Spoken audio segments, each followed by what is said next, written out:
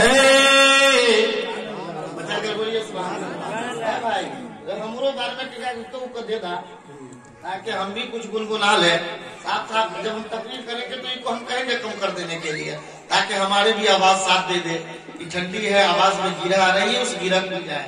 سبحان فرمائے مچل کر بولیے سبحان اللہ. چاند کی طرح ان کو ارے ہم کہیں تو مجرم ہے.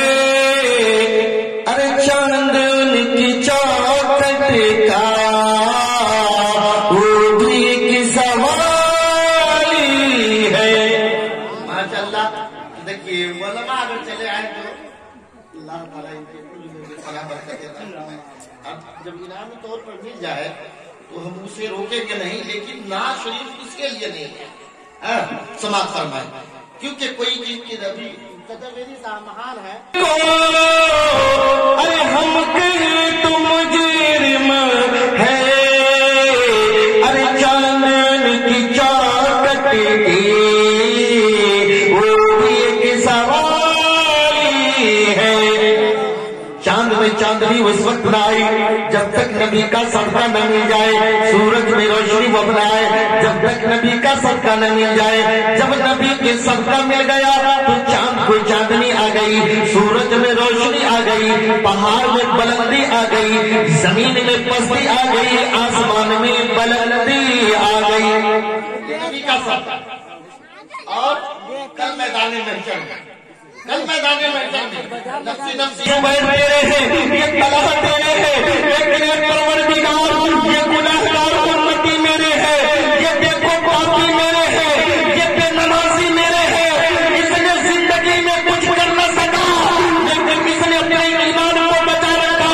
تو اس وقت نفسی نفسی کے عالم میں اپنے نبی جناب احمد مجتبی محمد مصطفیٰ کو آواز دی جائے گی, اے میرے پیارے پیغمبر آپ اپنے سر کو اٹھا لیجیے, آپ فریاد کیجیے, آپ کی فریاد سنی جائے گی. آپ اپنے سر کو اٹھائیے, آپ شفاعت کیجیے, آپ کی شفاعت قبول کی جائے گی. تو مدنی آقا پیارے آقا اپنے غلاموں کا نام دیں گے. اسی کو شاعر نے اپنے سنشودن کر کے کہا ارے ہم گناہگار ارے رب سے پاک مانگیں گے.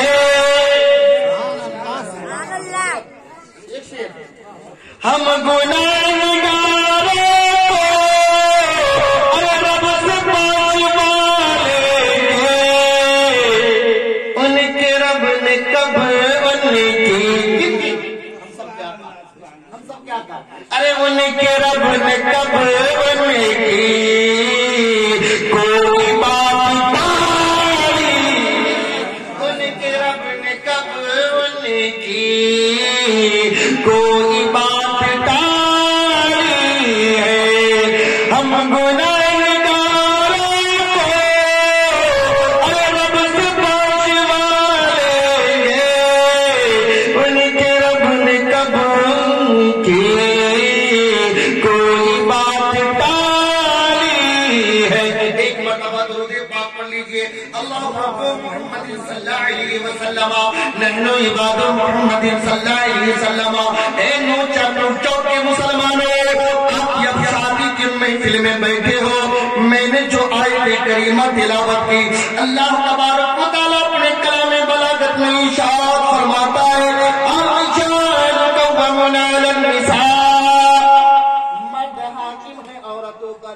اور ایک بڑے مشہور و معروف حدیث پاک میں نے تلاوت کی ہے. اللہ کی پیارے رسول ارشاد فرماتے ہیں النکاح من سنتی فمن راغب عن سنتی فلیس منی. سرکار فرماتے ہیں شادی کرنا میری سنت ہے, نکاح کرنا میری سنت ہے, اور جس نے میری سنت سے اعراض کیا وہ مجھ میں سے نہیں. آپ نے یہ حدیث سنی ہے نا, علماء کرام بیان کرتے ہیں. سرکار نے فرمایا النکاح من سنتی, نکاح کرنا میری سنت, اور جس نے میری سنت سے منہ پھیرا وہ مجھ میں سے نہیں ہے.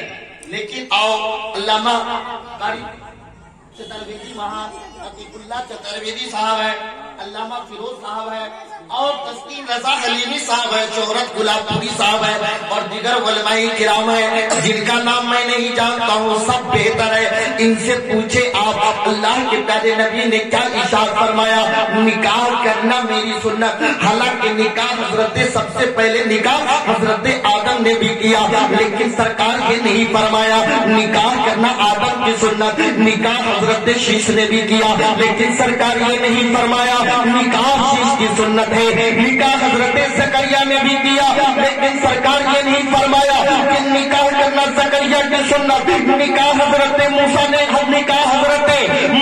بھی کیا, لیکن سرکار یہ نہیں فرما رہے ہیں کہ نکاح کرنا میں حضرت موسیٰ کی سنت, بلکہ نکاح اور انبیاء نے کیا, لیکن سرکار فرماتے النکاح سنتی, نکاح کرنا میری سنت ہے. اور آگے ارشاد فرما رہے ہیں کہ جس نے میری سنت سے منہ پھیرا وہ مجھ میں سے نہیں ہے. ایک نور چوک کے سنی مسلمانوں, سنت کی اگر تفصیل جاننی ہو تو علماء کے دربار میں آؤ. سنت تو بہت ساری چیزیں ہیں, یہ قمیض دیکھ رہے ہیں, قمیض اگر کوئی مسلمان پہن رہا ہے نبی کی سنت, ٹوپی پہن لے نبی کی سنت, تہبند لگا لے نبی کی سنت, آنکھوں میں سرما لگائے نبی کی سنت, بالوں میں کنگھی لگائے نبی کی سنت, لیکن کہیں یہ نبی نہیں فرمایا کہ اگر تم کرتا نہیں پہنو گے تو مجھ میں سے نہیں, کنگھی نہیں لگاؤ گے تو مجھ میں سے نہیں,